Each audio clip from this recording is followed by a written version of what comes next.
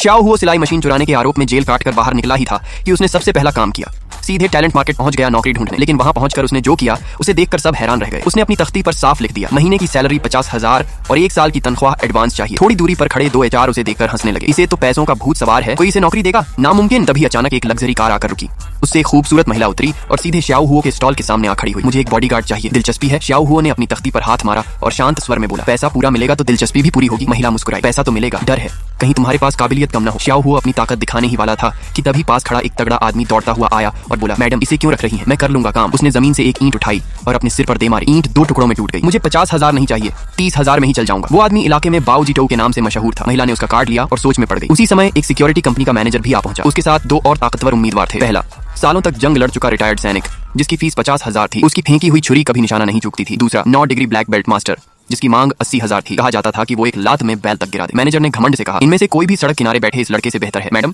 दोबारा सोच लीजिए। श्याओ हुओ अब तक चुपचाप सब तमाशा देख रहा था। आखिरकार वो आगे बढ़ा और तिरस्कार भरी आवाज में बोला, 30,000, 50,000 या 80,000, तुम सब बेकार हो। ये सुनकर बाओ जीटो सबसे पहले भड़क गया। उसने मुक्का चलाया, लेकिन अगले ही पल सबकी आंखें फटी की फटी रह गईं। किसी को यकीन नहीं हुआ कि शांत दिखने वाला श्याओ हुओ एक ही दाम में उस भारी भरकम आदमी को काबू कर लेगा। मैनेजर घबरा गया कि कहीं सौदा हाथ से न निकल जाए। उसने 80,000 वाले ब्लैक बेल्ट को इशारा किया, जाओ इसे खत्म कर दो। ब्लैक बेल्ट मजबूरी में आगे बढ़ा। हमला करने ही वाला था कि श्याओ हुओ ने मुंह से एक घूंट शराब उसके चेहरे पर उड़ा दी। माफ करना। अगले ही पल एक और बार, और वो भी जमीन पर था। चारों तरफ तालियां गूंज उठी। कमाल का फाइटर है, ऐसा बॉडीगार्ड तो कभी नहीं देखा। महिला भी अब पूरी तरह संतुष्ट थी। उसने तुरंत श्याओ हुओ को अपने साथ चलने को कहा और उसे एक आलीशान विला में ले गई। श्याओ हुओ को उम्मीद नहीं थी कि असली मालिक एक बेहद आकर्षक और रौबदार महिला होंगी, और वो थी तियान्यू ग्रुप की चेयरमैन सॉन्ग तियान्यू। हालात समझने के बाद सॉन्ग मैडम ने जो कहा उसे सुनकर श्याओ हुओ का दिमाग सुन्न हो गया। मैंने तुम्हें बॉडीगार्ड बनने के लिए नहीं बुलाया, बल्कि अपना मंगेतर बनने के लिए। श्याओ हुओ हक्का बक्का रह गया। क्या क्या कहा आपने? सॉन्ग मैडम ने हल्की मुस्कान के साथ उसकी ओर देखा, मानो उनके शब्दों के पीछे कोई गहरा मतलब छिपा हो।